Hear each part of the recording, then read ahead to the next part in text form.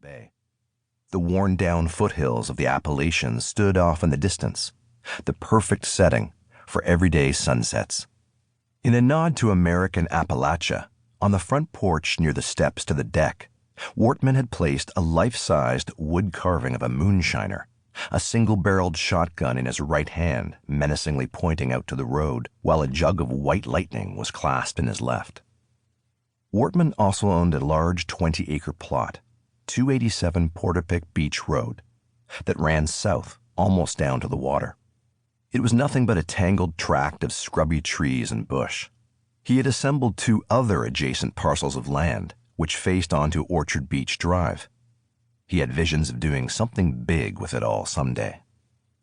On his fifth and final plot of land, Wortman had constructed his own entertainment center, workshop, and museum. The design was likely cribbed from a New England barn, complete with a cupola on top. It was a big building, fully covering a 3,200 square foot concrete pad. It had a loft and bedroom upstairs. There were no grand vistas, no water views. The rising waters weren't going to get this building.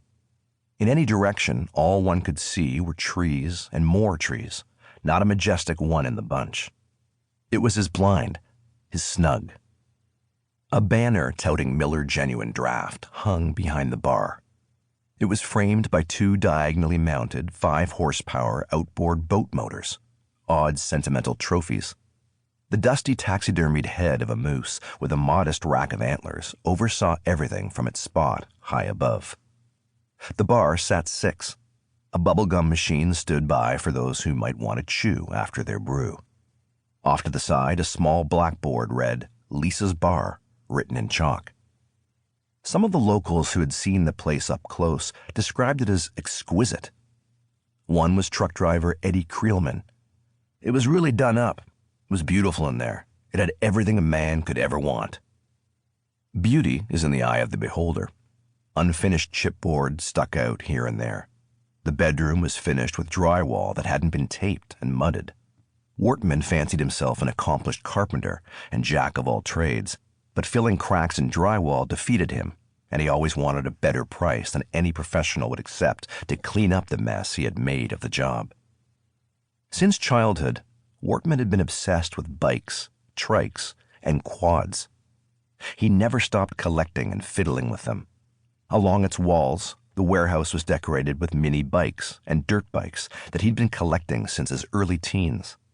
He would regularly take them out for a spin to keep them fresh, ripping along the few roads that made up the neighborhood as if he owned it. Off in a corner downstairs sat Wortman's pride and joy. A replica Captain America model Harley-Davidson from the classic 1969 movie Easy Rider. He had erected a makeshift shrine with the chopper posed in front of 2 crossed American flags.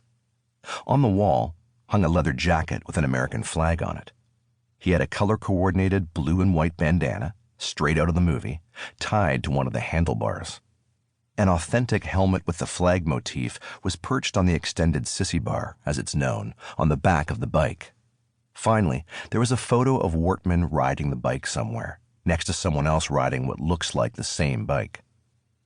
The story of the bike and the movie it was featured in would provide eerie parallels to Wortman's own life.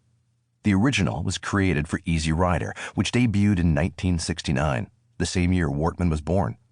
The movie starred Peter Fonda, Dennis Hopper, and a young Jack Nicholson, who stole the show, launching his fabulous acting career. Fonda and Hopper played 2 laid-back hippie drug smugglers, Wyatt and Billy, respectively. Wyatt and Billy were the personification of the new cool more than 50 years ago. Wortman wanted to be seen as cool, too, and in time, the extent to which he leaned on Wyatt and Billy's examples to craft his own mystique would become clear. But for the most part, real life intruded. He made dentures for semi-empty mouths, or those entirely devoid of teeth. That night at the warehouse, Wortman's guest was one of the local women. Her name was Cindy. Years earlier, he had told others how much he wanted to get into her pants, and those of her daughter, Ocean Mist, as well. He was particularly fond of a series of photos posted by Ocean Mist on Facebook, in which she is leaning provocatively over